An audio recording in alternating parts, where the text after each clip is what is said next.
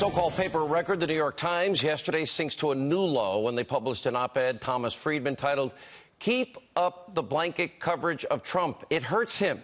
All the news that is fit to print, indeed. This is the same newspaper that recently hired Sarah Zhang to its editorial board. Now, you may want to remember, she's the one who, among other things, tweeted the hashtag cancel white people. She wrote that she gets, quote, joy out of being cruel to old white men. Also took pride in her hatred for President Trump, writing, quote, "I was equating Trump to Hitler before it was cool."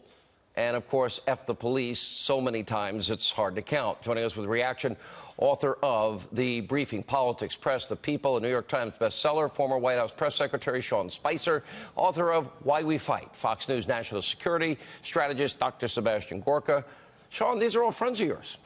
This is the New York Times. Yeah, they're close buddies. Actually. Well, look, I think they recognize the Media Research Center did an analysis that 92% of the coverage against President Trump has been negative. So I'm not how much sure there's more to throw at him. But the reality is that he's getting things done, and his approval rating shows it. Unemployment rate's at 3.9%. More blacks and Hispanics are employed than ever before. The GDP hit a new level at 4.1%. The deregulatory state is going down. The judiciary is getting remade. I mean, all of these things, no matter how hard the press tries to go against the president, he continues to get results for the American people. So I get that it's frustrating for someone like Mr. Friedman to see no matter how much they fight against him, that he continues to succeed. And I think the American people are smarter than he understands, and they are actually showing it with their approval rating. So no matter how hard they try, he's getting results. Dr. Gorka, I look at the hire of the New York Times, and I just sit here and I look at all these groups. They love to attack every conservative talk radio host, everybody on the Fox News channel that has an opinion, even you and Sean and pretty much anybody they disagree with. And I'm wondering, let's just flip the script and say that, oh, a conservative said these things. All these groups that get paid millions and millions of dollars to silence and boycott and attack and go to advertisers, they're kind of silent over this. I'm shocked.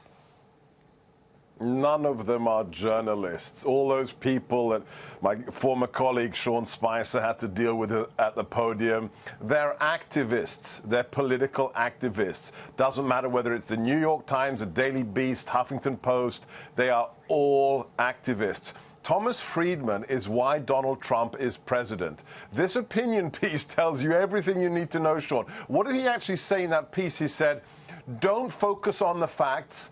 Don't focus on the economy, the lack of unemployment, the roaring trade, economics. We've got to take him down.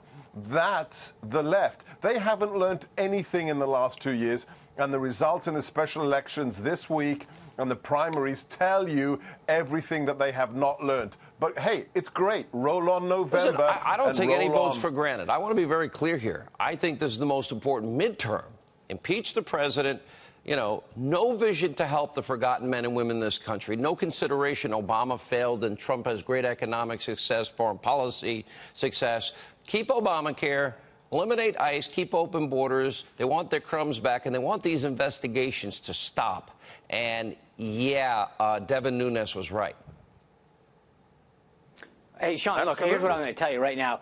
And here's the reality, that if the Democrats were to take control of the House, all you're going to do is add more and more investigations 24 hours a day. That's what their agenda is. And all of the ability of President Trump to get his agenda with a Republican House is going to stop. People have to understand that President Trump may not be on the ballot this November, but his agenda certainly is. We need to go out there with the same fervor that we elected the president with this November and keep a Republican House. Yeah. Dr. Gorka, what do you say? We'll give you the last word.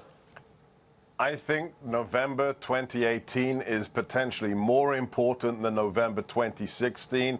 Fake news is real. The president is right to hit back. Ignore them. Get on social media. Repost the president. Find the facts out for yourself and ask yourself one thing.